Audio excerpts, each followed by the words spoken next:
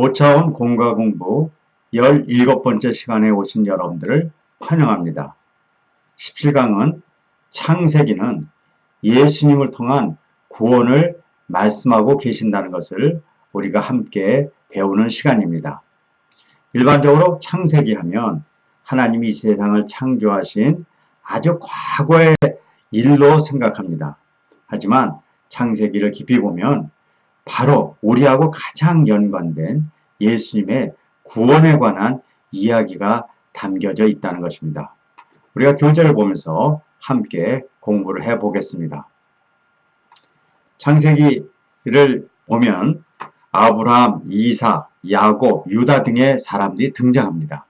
아주 옛날 사람들이죠. 하지만 이 사람들은 마태복음에 가서 보면 예수님의 모든 족보의 인물들입니다. 다시 얘기하면 예수님의 그 조상들이죠. 바로 이 아브라함과 이삭, 유다는 수천 년 후에 다윗을 통해서 오실 예수님을 보여주시기 위한 첫 시작점인 것입니다.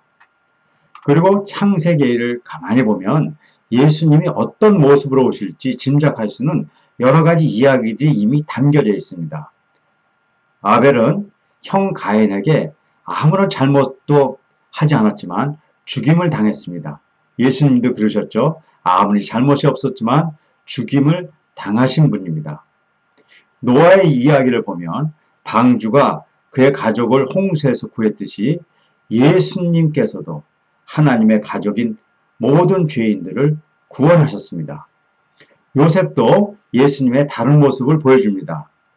요셉은 부당한 대우를 당하고 옥에 갇히고 거의 죽을 것 같은 그런 상태에 있었고 정말 어려움을 당했지만 요셉은 결국 형제들을 용서하였고 그들을 구원하였습니다. 예수님 역시 자신을 멸시했던 사람들을 용서하였고 죄의 형벌에서 그들을 구원하신 것입니다.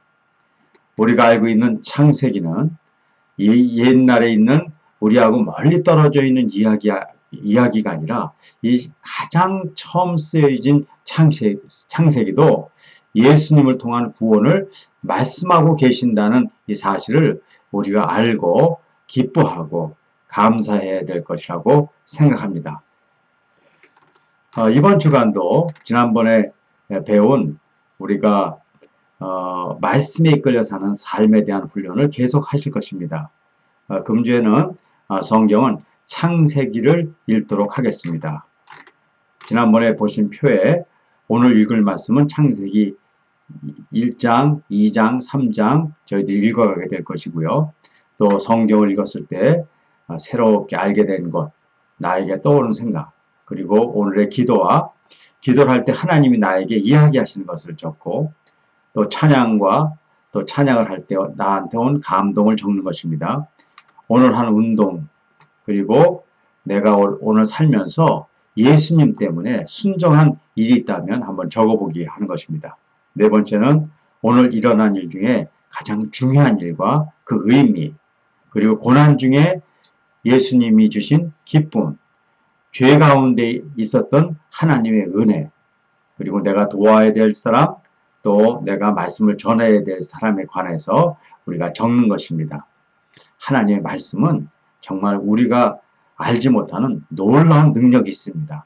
매일 조금 천천히 여러분들이 이렇게 훈련해 나갈 때 우리는 말씀에 이끌려 사는 삶을 살 수 있을 거라고 생각합니다.